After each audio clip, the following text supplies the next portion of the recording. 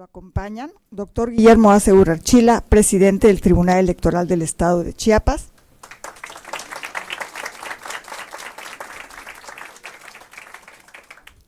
Magistrado Enrique Figueroa Ávila, presidente de la Sala Regional Jalapa.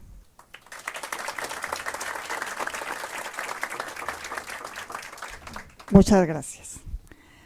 Antes de que el magistrado Felipe Alfredo Fuentes Barrera dicte su conferencia magistral titulada La interpretación constitucional y convencional en un Estado democrático, me permitiré dar una lectura a una síntesis curricular del jurista.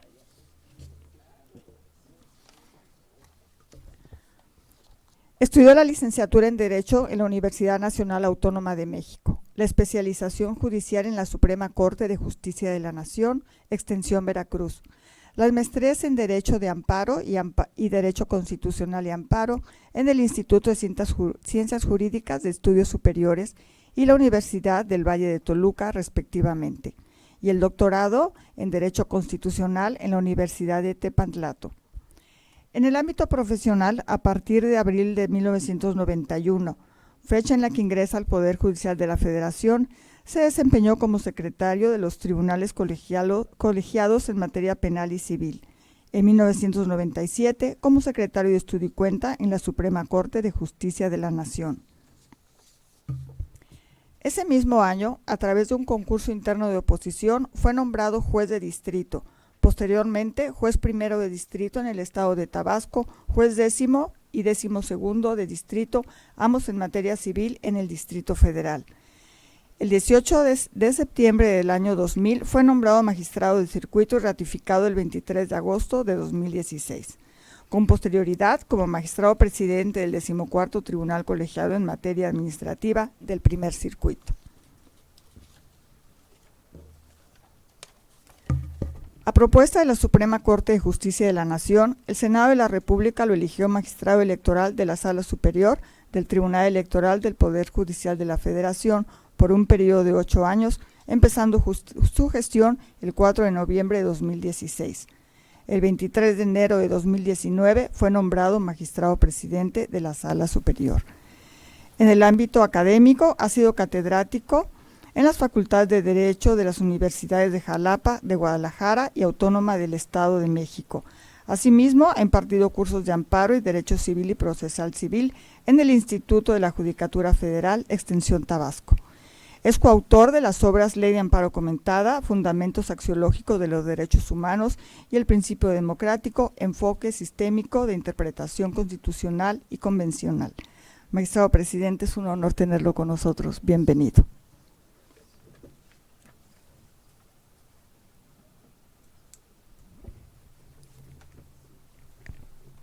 Bueno, sí. Bienvenido, presidente, a esta su casa, a Chiapas. Siempre agradecidos nosotros con el compromiso que usted ha tenido con estas instituciones para ir mejorando día a día y dar a quien pide justicia la verdadera justicia. Bienvenido. Le dejamos el escenario.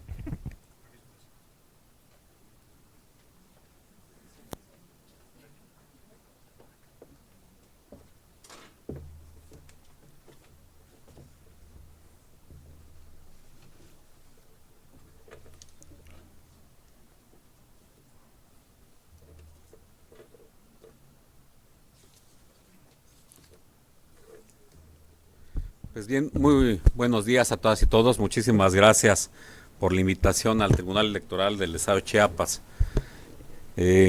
Agradezco la presencia del magistrado Enrique Figueroa Ávila, presidente de la Sala Regional Jalapa, de la magistrada Eva Barrén Cepeda, del magistrado Jorge Sánchez Morales. Muchas gracias, queridos compañeros, por acompañarme en esta presentación. Saludo con afecto a la licenciada María de Lourdes López Sánchez, subconsejera jurídica del Instituto de Elecciones y Participación Ciudadana, al presidente Osvaldo Chacón Rojas, a la consejera Sofía Martínez Castro de León, a la consejera María Magdalena Vila Domínguez, al licenciado Arturo de León Loredo, vocal ejecutivo de la Junta Local Electoral en Chiapas, al maestro Hugo Gómez Estrada, fiscal de delitos electorales de la Fiscalía General del Estado de Chiapas, a la licenciada Gabriela Ruiz Niño, representante personal de la maestra Annalisa López Coello, comisionada presidenta del Instituto de Acceso a la información pública del Estado de Chiapas, y al licenciado Efrén Meneses Espinosa, magistrado del Poder Judicial del Estado de Chiapas. Muchísimas gracias. Y quiero decirle al doctor Guillermo Acebur Archila, magistrado presidente del Tribunal del Estado de Chiapas, y al magistrado Mauricio Gordillo Hernández, que agradezco sinceramente su invitación para el día de hoy, hablarles de un tema que me gusta mucho. Quiero reconocer la gran entrega que han tenido para la justicia y son un ejemplo a seguir, magistrados. Les deseo el mayor de los éxitos en esta etapa que está por iniciar. Bien, a diferencia de lo que hizo la magistrada Eva Barrientos, que fue muy práctica y nos trajo por un recorrido de todos los criterios de la Sala Regional Jalapa, mi presentación es un poco más histórica, porque precisamente la intención es dar una idea de por qué se origina el control difuso, tanto de constitucionalidad como de convencionalidad.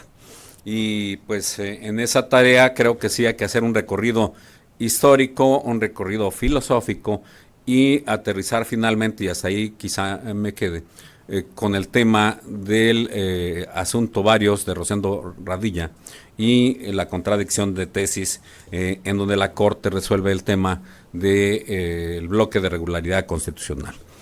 Si me hacen favor de ir recorriendo la presentación, primeramente sí les señalaré que el tema de control de constitucionalidad y convencionalidad tiene que ver o es consustancial al estado del constitucionalismo moderno. Si entendemos que el constitucionalismo hace referencia a la forma en que se conciben y analizan las normas constitucionales, en mi opinión el estudio de las garantías para su defensa está condicionado precisamente por la forma en cómo concebimos a la norma fundamental. No hablamos de un constitucionalismo, sino de constitucionalismos. Esta situación necesariamente impacta en los controles de constitucionalidad. Una metodología que estimo apropiada entonces para este estudio es acudir a los dos grandes paradigmas de la historia del constitucionalismo. Por un lado, me refiero al constitucionalismo positivista, auspiciado en el marco del Estado de Derecho legal. Y en un segundo momento retomo su transición al Estado constitucional de derecho y con él el surgimiento del constitucionalismo garantista, así como el neoconstitucionalismo, que son las etapas y los modelos que analizaremos en esta presentación. Haré alusión en un primer momento entonces al constitucionalismo positivista y les diré que es un modelo que imperó casi pacíficamente desde comienzos del siglo XIX y hasta la Segunda Guerra Mundial. Se consolidó después de la Revolución Francesa y a partir de un repudio hacia el absolutismo del antiguo régimen. En respuesta al poder absoluto del monarca, el Estado de Derecho legal se consolidó con el signo distintivo de que solo era derecho aquel establecido en la ley. No había derecho anterior ni superior a la ley. Esa postura encontró su respaldo teórico en el positivismo. Por años se afirmó que no había más derecho que aquel que se reconocía como tal. La voluntad general se canalizó del poder absoluto del monarca a la supremacía del poder legislativo.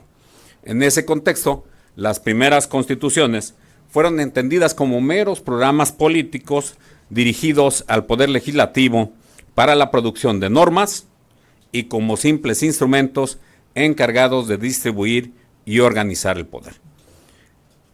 Así, en el marco del paradigma científico del siglo XIX, el derecho como ciencia jurídica fue despojado de toda posibilidad de contener elementos que fueran externos al propio contenido de la norma. Las normas constitucionales entonces no tenían un contenido sustancial y simplemente se entendió al derecho como un sistema en el que la validez de las normas solo dependía de su no contradicción con la norma superior en un sentido formal, es decir, de mero procedimiento, y no en un sentido material o sustancial. Aquí es paradigmático el ejemplo de Kelsen, en el que señala que la producción normativa válida y la estructura orgánica de un Estado se resuelven a través de una norma fundamental como parámetro de validez de todos los actos estatales. Con todo esto hay un hecho indiscutible. La Constitución del constitucionalismo positivista solo es un documento de ordenación orgánica y de carácter procedimental. Y es un programa considerado que está dirigido al legislativo. Kelsen nunca fue partidario de incluir en las constituciones declaraciones de principios y menos catálogos de derechos fundamentales. Después transitamos hacia un Estado constitucional de derecho. La segunda mitad del siglo XX en Europa marcó el tránsito del Estado de derecho legal al Estado constitucional de derecho. Ustedes saben que a raíz del Holocausto se cuestionó ya si las normas supuestamente válidas y vigentes que sirvieron como justificación podían ser o no consideradas derecho. La pregunta que se formuló fue entonces si era conveniente seguir sosteniendo el enfoque del constitucionalismo positivista, es decir, que la norma solo cumpliera el procedimiento y simplemente que fuera orgánica y de dirección al Poder Legislativo. En esta interrogante nos sirve la posición de Radbruch, que vio en el nacional socialista un hecho incuestionable. El legislador puede hacer leyes extremadamente injustas y ante la injusticia extrema ya no hay derecho. Y con base en esta apreciación, ¿qué es lo que concluimos? Se acusó al constitucionalismo positivista de haber insensibilizado la Constitución y la conciencia de todos los juristas. Se abandona la idea de que solo es derecho aquel que está contenido en una ley. Comenzó entonces a debatirse la existencia de un derecho que antecede y controla la ley. Se empieza a hablar ya de valores, principios y derechos humanos. El Poder Judicial entonces empieza a ocupar un espacio central, ya no como la boca inanimada de la ley, sino como un verdadero poder de control de constitucionalidad de las leyes. Entonces aquí ya vemos que pasa el juez de un papel meramente secundario y como aplicador de la ley a un verdadero intérprete de la norma y hablar interpretando la ley, pero diciendo lo que la Constitución quiere decir. Así, la ley queda subordinada a la Constitución y esta pasó a ser fuente de derechos y límite de las decisiones mayoritarias. Bajo esta nueva concepción de la Constitución, entonces, podemos hablar del surgimiento de dos tipos de constitucionalismos. El primero, que es el garantista, que está impulsado por Ferrajoli, y el principialista o neoconstitucionalismo, apoyado en las ideas de Dworkin, de Alexis, de Zagrebelsky, entre otros. En ambas posturas existe un imperativo porque se garanticen la protección de los principios, de los valores y de los derechos humanos, aunque en diferentes niveles. Si vemos para Ferrajoli, el constitucionalismo garantista constituye solo un perfeccionamiento del positivismo que imperaba antes de la posguerra. Ferrajoli, ¿qué nos dice? Nos dice que el garantismo simplemente viene a reforzar el positivismo jurídico en la medida en que amplía las opciones a las que debe someterse la producción de normas, entre ellos los derechos fundamentales. Y nos define la garantía. Dice, la garantía es cualquier técnica normativa de tutela de un derecho subjetivo. Y hay dos tipos de derechos subjetivos para este autor. Uno, que habla de una obligación de abstención y dice es una garantía negativa, cuando el Estado no puede hacer aquello que la norma le prohíbe. Pero también hay una obligación de hacer, que es una garantía de carácter positivo, que aplica cuando se trata de los derechos económicos, sociales y culturales, en donde se dan prestaciones por parte del Estado. Y ahí sí hay una obligación de hacer, y por eso llama que son garantías de carácter positivo. A partir de los tratados internacionales, y del nuevo contenido sustantivo de las constituciones, la producción del derecho tiene que sujetarse a aspectos aquí ya no solo formales, como en el positivismo kelseniano, sino también de carácter sustantivo. Los formales, ¿a qué atienden? ¿Quién realizó el acto de creación legislativo? ¿Cómo lo hizo? El objeto de regulación y el contenido material es lo que la norma prohíbe, el mandato que permite, y así entonces ya sabemos si una norma es contraria a la Constitución. Es decir, se analiza el procedimiento y se analiza el carácter sustantivo de la propia norma. En este caso, Ferrajoli explica que el Estado constitucional de derecho viene dado por la positivización del deber ser, esto es, de los derechos fundamentales y de los principios. Pero observamos que Ferrajoli sigue optando por una postura positivista, porque para él el aspecto sustancial de las constituciones es vinculante porque así se reconoce en la propia Constitución. En cambio, frente a esta postura, el constitucionalismo principialista o neoconstitucionalismo sí implica la superación del positivismo jurídico y se aparta sustancialmente del constitucionalismo garantista. ¿Por qué? Porque bajo esta postura se reconoce que el derecho tiene un contenido de carácter axiológico y una forma jurídica.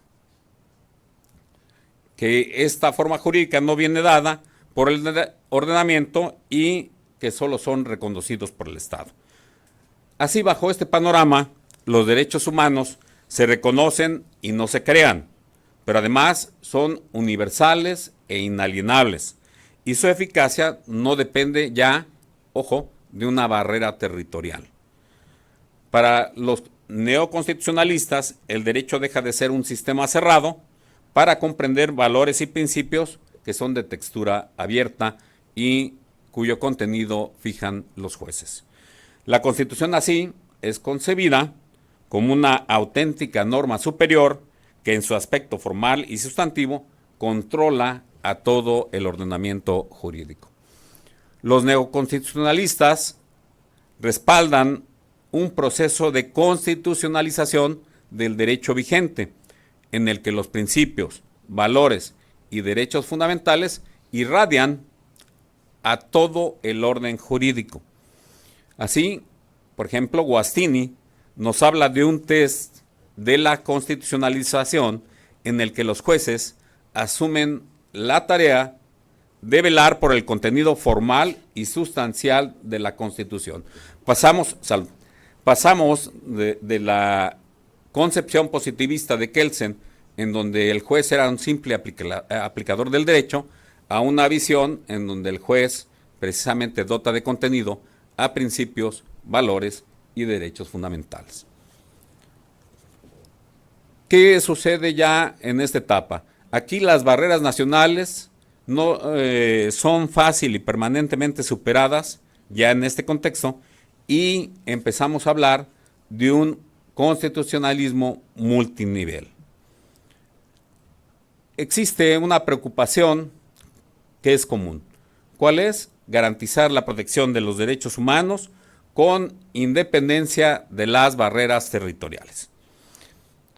Y entonces observamos que empiezan a surgir los sistemas regionales para garantizar los derechos humanos y los mecanismos de control de la convencionalidad de las leyes y de los actos estatales, eliminando el límite tradicional de la soberanía nacional y de la supremacía de la Constitución sobre cualquier fuente del derecho. Conviene aquí preguntarnos cuáles son y cómo surgieron los primeros modelos de control de constitucionalidad. En segundo término, resulta necesario hablar del quebrantamiento constitucional que trajo el reconocimiento de la jurisdicción internacional y de sus resoluciones. Y finalmente les hablaré del caso mexicano. El primer modelo de control de constitucionalidad de las leyes fue el control difuso o de revisión judicial. Y aquí encontramos dos ejemplos paradigmáticos. El primero, el antecedente de Sir Edward Coke en el caso Bonham y el caso emblemático de Marbury contra Madison. ¿Qué sucede en el caso inglés? Es el primer antecedente en donde encontramos que un juez inaplica la ley y la inaplica por considerarla contraria a los principios del derecho común. Pero vean, este ejercicio del juzgador tiene más de 400 años, 409. ¿Qué sucede? Esta ley que se invalida concedía amplios poderes regulatorios y sancionatorios al Colegio de Médicos de Londres en todo aquello vinculado con el ejercicio de la profesión de médico. ¿En qué consistieron los hechos? El doctor Bonham fue multado y encarcelado por haber incumplido una decisión del Colegio de Médicos que le había prohibido ejercer su profesión en Londres. Este doctor alegó que estaba facultado para ejercer su profesión toda vez que contaba con un título de la Universidad de Cambridge que así lo acreditaba. Con base en el principio de que nadie puede ser juez de su propia causa, el juez sostuvo que el colegio no podía imponerle sanciones a los médicos a los que no les otorgaba la licencia para practicar su profesión. Pero vean ustedes cuál es la parte del razonamiento que ha trascendido en la historia. Es una transcripción del pronunciamiento. Nos dice el juez en este caso: aparece en nuestros libros que en muchos casos el derecho común controla las leyes del Parlamento y a veces debe declararlas nulas. Pues cuando una ley del Parlamento es contraria al derecho común y la razón, contradictoria o imposible de ser cumplida, el derecho común debe tener autoridad sobre ella y declarar que tal ley es nula. Este precedente fue considerado el origen de lo que posteriormente se convertiría en el principio de supremacía constitucional y del control judicial de la Constitución. El resultado de esta decisión fue una declaración a favor del Poder Judicial para revisar las leyes del Parlamento, pero tuvo poco éxito en el derecho común. De aquí nos vamos al paradigmático caso Marbury contra Madison de 1803. Aquí recordemos que la Constitución de los Estados Unidos, aprobada en 1787, se proclama expresamente el principio de la supremacía constitucional. En 1803, John Marshall, ustedes recuerdan, toma este principio de supremacía constitucional e incorpora casuísticamente al sistema jurídico de los Estados Unidos el mecanismo de control de constitucionalidad de las normas, conocido como control difuso.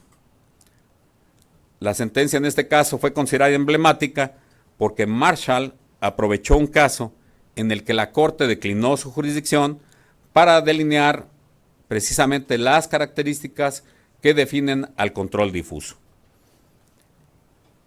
¿Qué decide en este asunto la Corte norteamericana? Establece que la Constitución es el derecho supremo de la nación, por lo que esta norma se impone ante cualquier acto del legislativo. Segundo, se dice expresamente en la sentencia: los poderes del legislativo están definidos y limitados, y para que esos límites no se malinterpreten o olviden, se ha escrito la Constitución, se dice, de manera que toda ley contraria a la Constitución es nula. ¿Y qué pronunciamiento nos interesa de aquí? El fallo analiza la posibilidad de que todos los tribunales del Poder Judicial puedan aplicar esta pauta, y para ello se hace el siguiente cuestionamiento. Si una ley contraria a la Constitución es nula, vincula, pese a su invalidez, a los tribunales de manera que están obligados a aplicarla, o en otras palabras, aunque la ley no constituye derecho, rige y se aplica como si fuera derecho vigente. la respuesta dada es concluyente. La función y responsabilidad del Poder Judicial consiste en determinar qué es y cuál es el derecho. Por ende, cualquier tribunal puede rechazar la aplicación de una ley cuando en el caso se considere que es contraria a la Constitución. Encontramos un desarrollo de este principio en las ideas del federalista, especialmente en el número 78, en donde Hamilton habló de la necesidad de una judicatura federal dotada de independencia, permanencia, y para ello retomó la facultad de los tribunales para anular los actos del legislativo contrarios a la Constitución. Y creo que este es un principio que debe imperar también en la actualidad. Las garantías judiciales son básicas para un adecuado desempeño de los tribunales con independencia e imparcialidad. Creo que ahorita lo estamos viviendo, tenemos a un poder judicial limitado en lo fáctico, al que hay que fortalecer institucionalmente, dándole garantías de permanencia, de adscripción, de remuneración. ¿Por qué? Porque eso es lo que hace independiente y autónomo al Poder Judicial. Creo que los tribunales deben ser concebidos como un cuerpo intermedio entre el pueblo y la legislatura. De manera que cuando el legislativo emita alguna ley que escape de sus límites, la fuerza y superioridad de la Constitución, amparada por la intención originaria del pueblo, permite precisamente a los tribunales anular el acto legislativo. Se concluye que ningún acto legislativo contrario a la Constitución entonces puede ser considerado válido. Entonces, ¿cuáles son las notas distintivas de lo que arroja este caso del control difuso? Se reconoce primero como principio toral de su constitucionalismo la supremacía de la Constitución. Segundo, con base en ese principio, todos los órganos jurisdiccionales están autorizados para no aplicar una norma al caso concreto cuando se estime que es contraria a la Constitución. Este control tiene un carácter incidental, se inicia en el curso de un proceso en el que se cuestiona la constitucionalidad de una ley aplicada al caso. Y algo que nos suena muy común para los tribunales electorales, solo se aplica al caso y la norma sigue conservando su validez. Es decir, no hay efectos generales de la sentencia. Para seguir esta lógica, ahora analizaremos cuál es el modelo europeo kelseniano. En Europa y principalmente en Austria, el sistema de justicia constitucional se creó a partir de la influencia y el pensamiento de Hans Kelsen. Aquí también la Constitución era el fundamento del Estado, un documento que expresa el equilibrio de las fuerzas políticas, la norma que regula la elaboración de las leyes generales y su ejecución por los órganos estatales. Aquí Kelsen vio el problema de los tribunales de control de constitucionalidad, que estaba directamente relacionado con el problema de cómo concebimos a una democracia. Kelsen nos explica que los tribunales constitucionales son el medio idóneo para hacer efectiva la esencia de la democracia, lograr la organización sistemática de todas las instituciones. ¿Por qué? Porque estos tribunales permiten la protección de los derechos de las minorías parlamentarias frente a las decisiones de la mayoría. También permiten garantizar la voluntad del Parlamento expresada en las leyes. Y, finalmente, atemperan los actos del Poder Ejecutivo y del propio Poder Judicial. Por eso se considera que es necesario un tribunal especial, distinto de los poderes tradicionales, que permitiera simultáneamente controlar las leyes del Parlamento, los reglamentos del Ejecutivo y evitar la supremacía del Poder Judicial. En suma, el concepto que Kelsen tenía de la Constitución era rechazar cualquier elemento valorativo y su idea de democracia queda concebida como reducida a un control de la regularidad de las funciones estatales. El modelo de Kelsen, recordemos, es abstracto y concentrado, y en esencia es distinto al norteamericano. Tiene 3 aspectos especiales. El primero, el órgano que realiza el control de la constitucionalidad es centralizado. El resultado del control o efecto de las sentencias es hacia el futuro. Y 3, el objeto de control en la controversia es un objeto directo y no indirecto. Esa es la diferencia con el control difuso que nos plantea el derecho norteamericano. ¿Qué es lo que se busca en este modelo kelseniano? Controlar las demás funciones de los órganos estatales y 2, evitar la disparidad de criterios que, de acuerdo a este autor, genera seguridad jurídica. Dice, si se concentra en un solo órgano quien realice las tareas de control constitucional, entonces no tenemos la inseguridad de que muchos definan qué ley es contraria o no a la Constitución. ¿Qué efectos tiene a diferencia del control difuso? Aquí sí, la sentencia que declara inconstitucional una norma tiene efectos generales, no solo es para el caso concreto. Y el Tribunal Constitucional se erige como una especie de legislador negativo. Solo se declaraba la invalidez o validez de las normas, y la anulación de la ley no tiene fuerza retroactiva, sino solo tiene efectos hacia el futuro.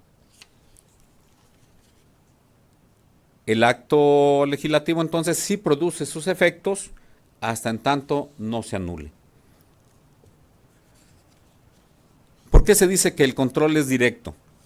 Porque la constitucionalidad de una norma no se analiza a partir de un interés particular o caso concreto, sino del interés general. ¿Y cuál es ese interés general? Pues que no exista una norma que contravenga a la Constitución. El mensaje que emite el modelo concentrado fue contundente. Una desconfianza al Poder Judicial que pugnó por evitar el gobierno de los jueces. El modelo kelseniano pugna por limitar cualquier acto que implicara cuestionar la legitimación del legislativo, pero que a su vez permitiera conservar el principio de supremacía constitucional. Y aquí viene el punto de interés para el control de convencionalidad. ¿Qué es el punto de quiebre? Como vemos, todos los modelos de control de la constitucionalidad comparten un denominador, la supremacía de la Constitución. Entonces, ¿qué pasa con el derecho externo o las normas de los tratados internacionales? ¿Pueden formar parte del control de constitucionalidad de las leyes? Esto es lo que hoy se define como control de convencionalidad. Y esto no es nada novedoso. Recordemos que en la doctrina alemana, Schmidt ya nos advertía el fundamento teórico del control de convencionalidad. Desde 1928, en la obra de Schmidt, Teoría de la Constitución, se aproxima al concepto de control de convencionalidad con el término que él utiliza como quebrantamiento constitucional de la Constitución. Para este jurista, existen previsiones legales constitucionales que permiten un quebrantamiento excepcional de la Constitución. En otras palabras, el quebrantamiento constitucional permite una apertura constitucional al derecho internacional. Es decir, que la propia Constitución autoriza que yo aplique el derecho internacional. Y con eso se dice, no hay una ruptura de la supremacía de la Constitución. ¿Cuándo empieza a tomar auge esta visión? A partir de la segunda mitad del siglo XX, en donde la Segunda Guerra Mundial hizo patente la necesidad de que los estados se unieran para emitir documentos internacionales que reconocieran derechos humanos y organismos de supervisión. ¿Qué es lo que tenemos? Una consolidación de un constitucionalismo universal ¿Y qué encontramos en ese constitucionalismo multinivel? Pues un sistema universal. Y ese sistema universal se funda, se sustenta en la Declaración Universal de los Derechos Humanos del 10 de diciembre de 1948, en el marco de la Organización de las Naciones Unidas. Y este constituye el primer paso para la internacionalización del derecho constitucional o quebrantamiento. Aquí ya se establece un catálogo de derechos para la humanidad. Se considera que es la piedra angular del derecho internacional de los derechos humanos, a partir de que ahí se aprueban una serie de tratados internacionales a los que en su conjunto se les denomina Carta Internacional de los Derechos Humanos. 2. El segundo nivel, sistemas regionales. Paralelamente al sistema universal, también existen sistemas regionales en la protección de los derechos humanos. Y aquí tenemos el modelo del sistema europeo y el sistema interamericano. El primero, por su antigüedad, y el segundo, importan por la relevancia que tiene para nuestro sistema jurídico. ¿Qué tenemos en el sistema regional europeo? ¿Cómo surge? Inicia en 1950 con la celebración o la aprobación del Convenio Europeo para la protección de los derechos humanos y de las libertades fundamentales por parte del Consejo de Europa. ¿Cómo se integra? En sus primeros años se integra por 3 órganos de control, que son la Comisión, el Tribunal y el Comité de Ministros. En 1998 se transforma, desaparece la Comisión y tenemos como resultado de haber eliminado a esta comisión un aumento considerable en el número de casos que comienza a conocer el Tribunal Europeo de Derechos Humanos. Fíjense ustedes la diferencia. En el 2017, la Corte Interamericana de Derechos Humanos había dictado 330 sentencias y el Tribunal Europeo 53.757. Actualmente el Tribunal Europeo se integra por 47 jueces, uno por cada estado que integra el Consejo de Europa. No es fácil, me imagino, la labor colegiada de este Tribunal Europeo, pero tiene criterios muy interesantes. ¿Qué competencias tiene? Igual que nosotros, tiene una competencia consultiva para la interpretación y aplicación de la Convención. Y tiene una competencia contenciosa, porque permite demandas individuales, ojo, y entre estados.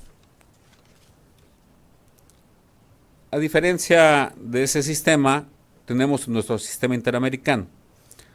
¿Qué pasa aquí?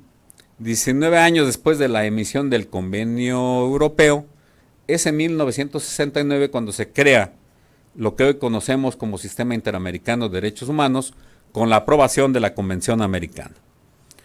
Es en mayo de 1948 cuando se había aprobado la Declaración Americana de Derechos Humanos y Deberes del Hombre, 6 meses antes que la Declaración Universal, pero no habíamos tenido un sistema de protección de esos derechos humanos. Estamos hablando 1950-1969. ¿Cómo se integra el sistema interamericano? Aquí saben ustedes que también opera con la creación del Tribunal Europeo de Derechos Humanos. Existe una comisión interamericana con sede en Washington, la Corte Interamericana que radica en San José de Costa Rica, y tienen las mismas funciones, la consultiva y la contenciosa. ¿Qué pasa con la adopción paulatina por los tribunales constitucionales y las constituciones del tema de los derechos humanos a nivel internacional? La creación de un sistema universal y sistemas regionales fomentó que los tribunales internacionales y nacionales propiciaran la aplicación del derecho internacional de los derechos humanos en el ámbito interno. Así, los estados han tenido que adaptar a su sistema interno a través de cláusulas constitucionales, lo que dijimos era el quebrantamiento, o a través de la adopción de los criterios jurisprudenciales internacionales el desarrollo multinivel de los derechos humanos. ¿Cómo se articula entonces el derecho nacional con el internacional? Los tribunales constitucionales y los poderes de reforma enfrentan el proceso del quebrantamiento constitucional y con ello la internalización del derecho constitucional, distinguiendo entre primacía y supremacía.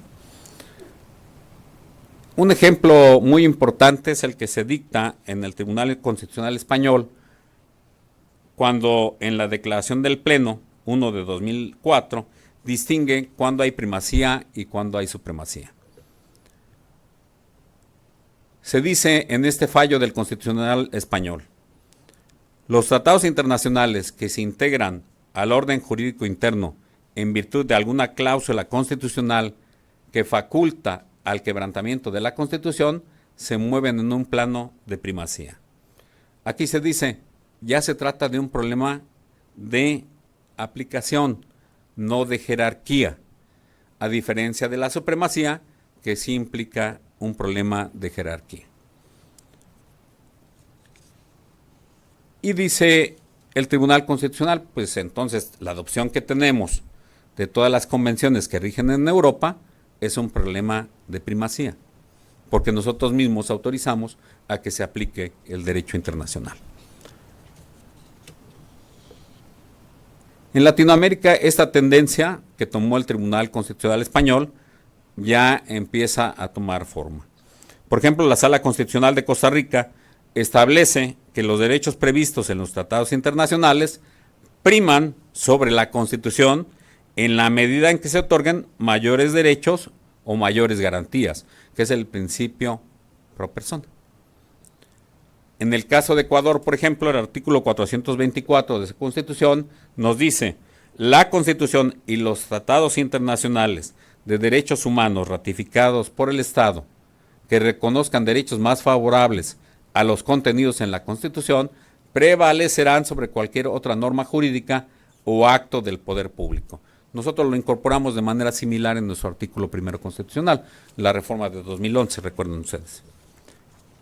Bolivia, por ejemplo, también hace alusión al principio de primacía cuando señala: los tratados e instrumentos internacionales en materia de derechos humanos que hayan sido firmados, ratificados o a los que se hubiera adherido el Estado, que declaren derechos más favorables a los contenidos en la Constitución, se aplicarán de manera preferente sobre la propia Constitución. Y entonces surgen nuevos controles jurisdiccionales. ¿Cómo se ejercen estos diferentes controles al marco de este nuevo contexto internacional? Precisamente con la incorporación de los derechos humanos de la fuente internacional en el catálogo de las constituciones, y entonces se empieza a hablar de un bloque de constitucionalidad. Y además se empieza a hablar también de un bloque de convencionalidad. ¿Y cómo se integra ese bloque de convencionalidad? Jurisprudencia de la Corte Interamericana de Derechos Humanos, demás protocolos que existen y tratados adicionales. En consecuencia, los controles jurisdiccionales no pueden limitarse a que una ley o un acto respete a la Constitución, sino que entonces ya también empezamos a examinar si esa ley respeta o no a las convenciones de las que México forma parte. ¿Cómo se revisa la convencionalidad de las normas internas? Pues precisamente a través de un control de convencionalidad. Recordemos que la primera vez que se utiliza este término es en un caso contencioso de 2003, el caso Chang contra Guatemala, en donde Sergio García Ramírez hace referencia precisamente a este bloque de convencionalidad. Y nos habla de dos vertientes. La primera, una vertiente concentrada del control de convencionalidad que se ejerce por parte de la Corte Interamericana de Derechos Humanos en la sede internacional, y un control difuso de convencionalidad que precisamente se realiza por todos los jueces nacionales de aquellos estados que han aceptado la jurisdicción de la Corte Interamericana de Derechos Humanos. Entonces vean ustedes cómo se aplica un poco lo del control difuso del sistema norteamericano para llevarlo al sistema interamericano. Control concentrado por parte de la Corte Interamericana de Derechos Humanos y control difuso por los jueces nacionales, que deben revisar entonces si una ley o un acto se apega o no a las convenciones, a la Convención Americana, protocolos e instrumentos adicionales. Les voy a referir el caso Almonacid Arellano y otros contra Chile. Este caso a mí se me hizo sumamente interesante porque la sentencia se inscribe en la línea de varios fallos de la Corte Interamericana de Derechos Humanos en controversias contra leyes de autoamnistía.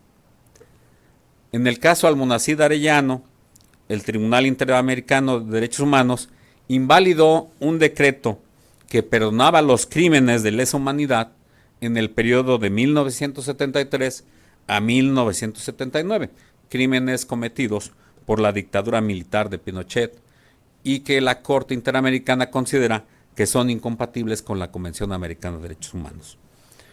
Aquí, ¿qué es lo que pasa? Se condena al Estado chileno, pero también se dice, debemos avanzar hacia un control de convencionalidad difuso. El principal argumento es, cuando el Poder Legislativo falla en adoptar normas que respeten la Convención Americana de Derechos Humanos, el Poder Judicial Nacional debe abstenerse de aplicar cualquier norma que resulte contraria a esa convención. Los jueces, se dice en esa sentencia, como guardianes de la convencionalidad, tienen la obligación de hacer una interpretación convencional y verificar que las leyes sean compatibles precisamente con esa convención. Y se enfatiza que la tarea del Poder Judicial debe tomar en cuenta tanto la convención como la jurisprudencia de la Corte Interamericana de Derechos Humanos. Otro caso muy relevante es el de trabajadores cesados del Congreso contra Perú. Aquí la Corte Interamericana de Derechos Humanos reitera su doctrina del control difuso de convencionalidad y precisa un nuevo aspecto. Ese control procede de oficio, sin necesidad de que las partes lo soliciten. Fíjense ustedes en el párrafo 128 de esta sentencia. Cuando un Estado ha ratificado un tratado internacional como la Convención Americana, sus jueces también están sometidas a ella, lo que les obliga a velar porque el efecto útil de la Convención no se vea mermado o anulado por la aplicación de leyes contrarias a sus disposiciones, objeto y fin. En otras palabras, los órganos del Poder Judicial también deben ejercer no solo un control de constitucionalidad, sino también de convencionalidad ex oficio entre las normas internas y la Convención Americana, evidentemente en el marco de sus respectivas competencias y de las regulaciones procesales correspondientes. Esta doctrina se consolida hasta finalmente llegar al caso que en México generó un parteaguas en nuestro derecho, que es el caso Rosendo Radilla Pacheco contra los Estados Unidos mexicanos. Este caso, sí quiero enfatizarlo, es muy relevante para nuestro sistema jurídico. Recordemos que se publica la sentencia de Radilla Pacheco el 23 de noviembre de 2009. Y para empezar, no se tenía prevista una vía para cumplir la sentencia de la Corte Interamericana de Derechos Humanos. Y creo que esa tarea está todavía pendiente. No se ha construido un mecanismo para implementar la ejecución de las sentencias de la Corte Interamericana de Derechos Humanos. ¿Qué dijo la Corte Mexicana? Aun cuando no exista, fíjense ustedes, notificación formal al Poder Judicial, pero sí se haya publicado y se haya recibido por parte del Estado mexicano la sentencia de la Corte Interamericana, el Poder Judicial tiene que vigilar si hay obligaciones que realizar. Y si existen esas obligaciones, tiene que cumplirlas oficiosamente. Un poco siguiendo los casos que les he comentado. Y aquí también hay un pronunciamiento muy importante. Se dice por parte de la Corte Mexicana: yo reconozco la jurisdicción de la Corte Interamericana porque el Estado mexicano así lo ha celebrado.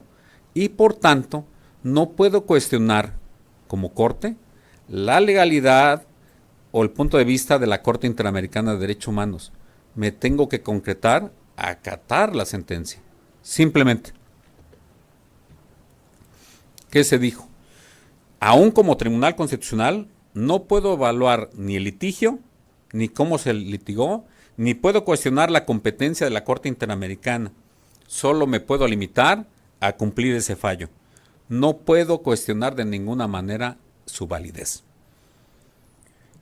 ¿Qué otro pronunciamiento importante hay en este asunto? Varios.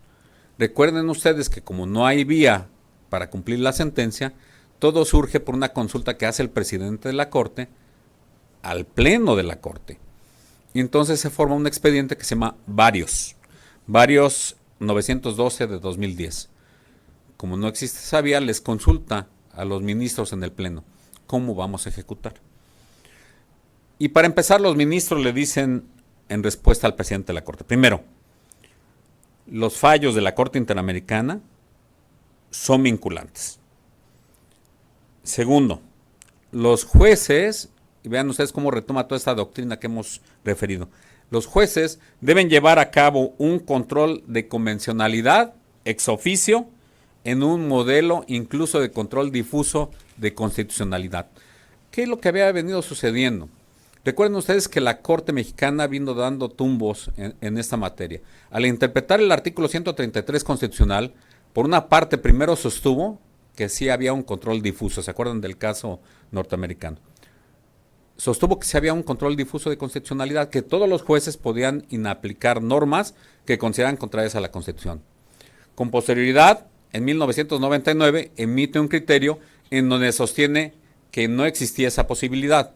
¿Por qué? Porque considera que el sistema mexicano es un sistema de control concentrado. Un poco regresa al tema kelseniano. Dice, solo la Corte y el Poder Judicial de la Federación podemos hacer control de constitucionalidad. Precisamente al resolver el caso Radilla Pacheco con el Varios, lo que autoriza la Corte Mexicana es no solo que existe un control difuso de constitucionalidad, es decir, que los jueces locales también pueden inaplicar normas, sino que también están obligados ex oficio, es decir, recuerden ustedes, sin intervención de parte, para inaplicar una norma cuando es contraria a la Convención Americana de Derechos Humanos. Así, se realiza una nueva interpretación del artículo primero en relación con el 133 y se dice que los jueces están obligados a preferir los derechos humanos contenidos en la Constitución y en los tratados internacionales, a pesar de las disposiciones en contrario que existan en una norma inferior. No se puede hacer, dice la Corte, una declaración general de invalidez o expulsión del orden jurídico, es decir, los efectos siguen siendo concretos, aplicables al caso que se está juzgando, nada más. No puede haber una declaratoria general de inconvencionalidad o de inconstitucionalidad. Y nos dice la Corte, para realizar esta tarea, los jueces tienen que partir de la presunción de que la norma es constitucional. Y solo si se demuestra de manera notoria y evidente que es contraria a la Constitución, se puede realizar ese control ex oficio. Nos sigue señalando la Corte Mexicana, perviven el control concentrado con el control difuso. Ambos se armonizan. El control concentrado se sigue dando en acciones de inconstitucionalidad, en controversias constitucionales, en amparo directo y en amparo indirecto. Y se armoniza con el control difuso. Sigue autorizando que todos los jueces ya, en el ámbito de sus competencias, sin necesidad de abrir un expediente por cuerda separada y solo de manera incidental, pueden aplicar una norma que consideran que es contraria a la Constitución. Y enfáticamente señala que todas las autoridades del país tienen la obligación de aplicar normas haciendo la interpretación más favorable, pero sin poder inaplicarlas o declarar su incompatibilidad con la Constitución de manera general. Aquí hay una nueva interpretación ya del artículo 13 constitucional, recuerdan ustedes, y se concluye que el fuero militar no puede operar bajo ninguna circunstancia frente a situaciones que vulneren derechos humanos de los ciudadanos. Hay un avance en ese sentido entonces en la aplicación de el constitucionalismo multinivel. ¿Qué otro avance hay? La contradicción de tesis 293 de 2011. ¿Qué es lo que decide el Pleno de la Suprema Corte de Justicia de la Nación? Aquí se interpreta el artículo primero constitucional y se dice que de acuerdo a este diseño constitucional, el conjunto normativo previsto en este precepto se compone ya por normas de derechos humanos cuya fuente de reconocimiento puede ser la Constitución o un tratado internacional ratificado por México con independencia de la materia del tratado, siempre que contenga un derecho humano. Es decir, ya reconoce la Corte Mexicana que existe un bloque de regularidad constitucional y ese bloque se integra por la Constitución y por los tratados internacionales ratificados por México con independencia de la materia si contiene un derecho humano. Y se dice entonces que la reforma del primero constitucional incluye ya ese catálogo de derechos y no, ¿se acuerdan ustedes del quebrantamiento y del caso español? Aquí la Corte Mexicana lo retoma y dice que no hay una jerarquía normativa entre tratados y Constitución, solo hay primacía. ¿Por qué? Porque dice, defender a los derechos humanos es defender a la propia Constitución. Aquí hay una nueva reflexión del asunto. En el caso Radilla Pacheco se había sostenido que los criterios de la Corte Interamericana de Derechos Humanos eran obligatorios para el Estado mexicano cuando éste había sido parte en el litigio. Aquí se da una nueva reflexión y se dice que la fuerza vinculante de los criterios de la Corte Interamericana de Derechos Humanos contenidos en sus sentencias se debe extender a aquellas dictadas en los casos aún en que el Estado mexicano no sea parte. ¿Por qué? Porque se dice el criterio de la Corte Interamericana pues es la extensión de la propia convención. ¿Y qué es lo único que tiene que hacer el juez? El juez, para decidir si un determinado criterio de un asunto, aunque México no sea parte en ese asunto, es aplicable, tiene que ver la cuestión fáctica, si la normativa es parecida o no, y valorar si es aplicable al caso concreto, como lo hacemos con la jurisprudencia nacional. Analizamos el caso, vemos las cuestiones fácticas y ¿qué decimos? ¿Es aplicable o no es aplicable la jurisprudencia? La Corte Mexicana dijo, tratándose de sentencias de la Corte Interamericana, tenemos que hacer lo mismo, revisar si el caso es aplicable al asunto que está por resolverse y para solucionar el caso concreto. Aquí se ha señalado que hay una contradicción en esta sentencia de la Corte, porque por un lado reconoce que hay un bloque de regularidad constitucional integrado por la Constitución y los tratados, pero por otro se dice que si hay restricciones en la Constitución, tiene que aplicarse la restricción constitucional, y creo que esto es totalmente contradictorio. Pero platicando con el ministro Saldívar en alguna ocasión, recordemos que él fue ponente de este asunto, señalaba que lo que buscó él fue generar consensos, fue generar mayorías, porque no había la posibilidad de transitar de un bloque de regularidad constitucional y que se reconociera que la Constitución permite el quebrantamiento constitucional. Pero pues es un avance muy importante en este sentido. Ahora, ¿cuándo tenemos que hacer control de convencionalidad ex oficio? En todos los casos, llevaría a colapsar a todos los jueces del país. ¿Qué es lo que ha dicho la Corte? Debe haber requisitos mínimos, debe haber motivos de inconformidad, por lo menos debe precisarse la norma específica y cuál es el derecho humano que está en discusión.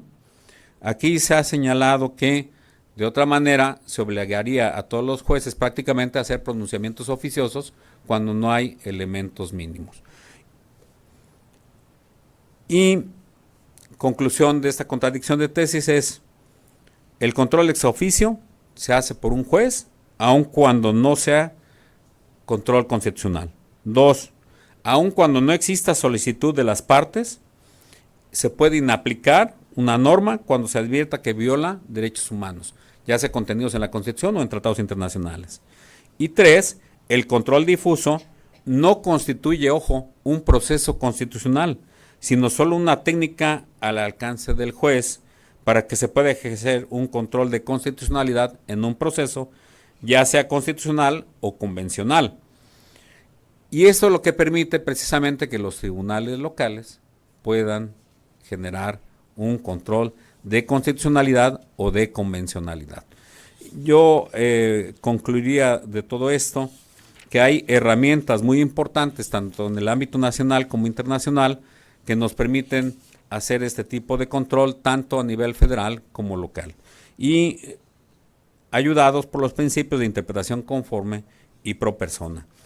Simplemente dejo en el tintero la posibilidad, primero, de concluir que las sentencias de la Corte Interamericana de Derechos Humanos en las que el Estado mexicano ha sido parte constituyen cosa juzgada y son obligatorias en sus términos. En segundo término, que la Corte ya definió, y nosotros tenemos que acatarlo, que todos los jueces del país deben realizar un control de convencionalidad ex oficio, además que deriva esta obligación de lo que establece el artículo 1 constitucional, en donde se tiene que adoptar la interpretación más favorable. La jurisprudencia de la Corte Interamericana de Derechos Humanos es vinculante cuando el Estado mexicano sea parte, y además también lo será cuando resulte aplicable al caso concreto de acuerdo a los hechos que están en juego.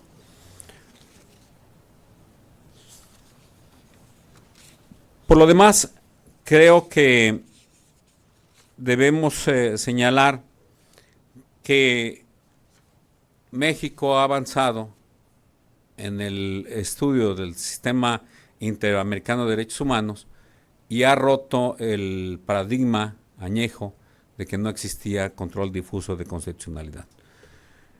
Aquí, en este sentido, debemos reconocer entonces que estamos obligados a acatar todas las sentencias de la Corte Interamericana de Derechos Humanos y que México tiene ya que jugar un papel en la democracia, no solo a nivel nacional, sino internacional, precisamente con la celebración de estos tratados y de esa ejecución a través de las sentencias que emita la Corte Interamericana de Derechos Humanos.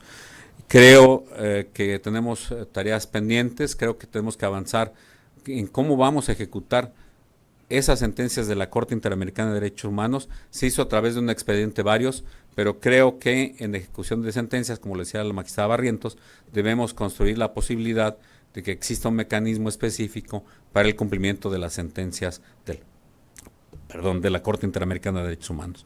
Y por otra parte, a mí me llamó mucho la atención la intervención del magistrado Barrientos. ¿Puede existir o no cumplimiento de sentencias forzoso tratándose de la materia electoral? Muy interesante su postura. Yo creo que tenemos que explorar los mecanismos constitucionales que ya existen.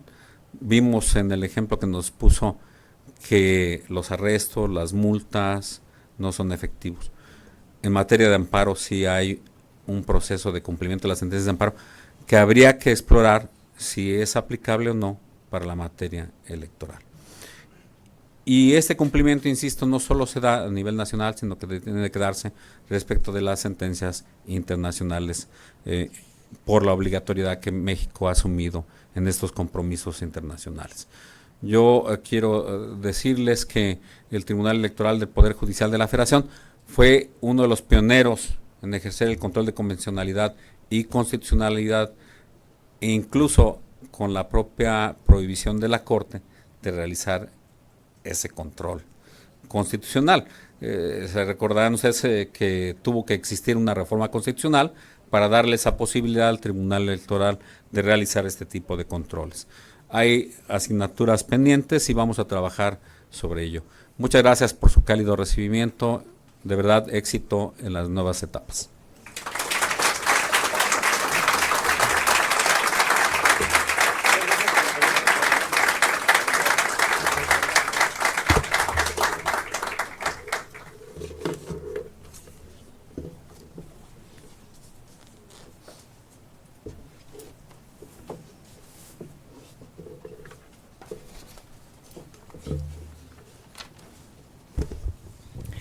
Agradecemos al magistrado Felipe Alfredo Fuentes Barrera su magistral disertación y en este momento el magistrado Guillermo Acegurar Chila, representando al Tribunal Electoral del Estado de Chiapas, otorgará un reconocimiento a nuestro distinguido invitado y posteriormente clausurará las actividades del ciclo de conferencias magistrales en materia electoral.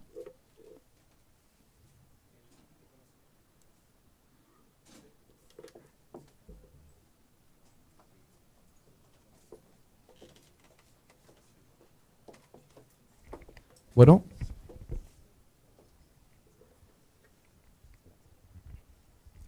Bueno, realmente el reconocimiento es de usted, presidente, hacia nosotros por esta disertación, pero lo hacemos de manera muy humilde a través de este documento. Extiende el presente reconocimiento al doctor Felipe Alfredo Fuentes Barrera, magistrado presidente de Sala Superior del Tribunal Electoral del Poder Judicial de la Federación, por haber impartido la conferencia magistral La interpretación constitucional y convencional en un Estado democrático. Tuxtla Gutiérrez, Chiapas, septiembre 28, 2019. Tribunal Electoral del Estado de Chiapas. Gracias.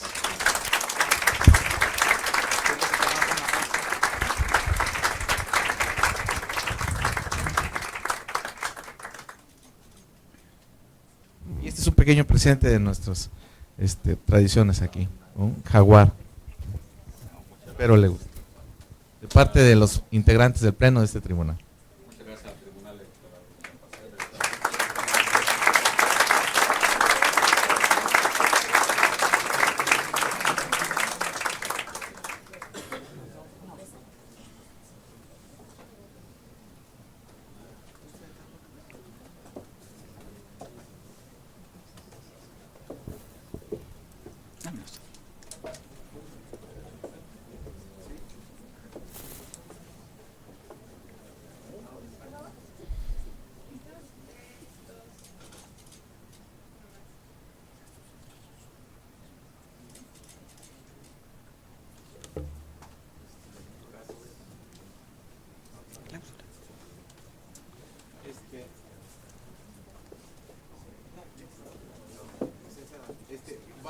El acto de clausura, me gustaría que lo realizara usted, presidente.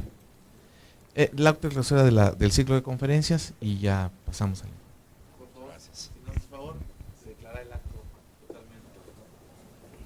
Muchísimas gracias. Siendo las 13 horas con 35 minutos del día 28 de septiembre, damos por clausuradas estas conferencias magistrales. De verdad, deseo el mayor de los éxitos a los magistrados que integran el Tribunal Electoral del Estado de Chiapas, que esta nueva etapa sea de frutos, enhorabuena, de muchos éxitos. Muchas gracias por su asistencia y por aguantar un ratito en la conferencia. Gracias.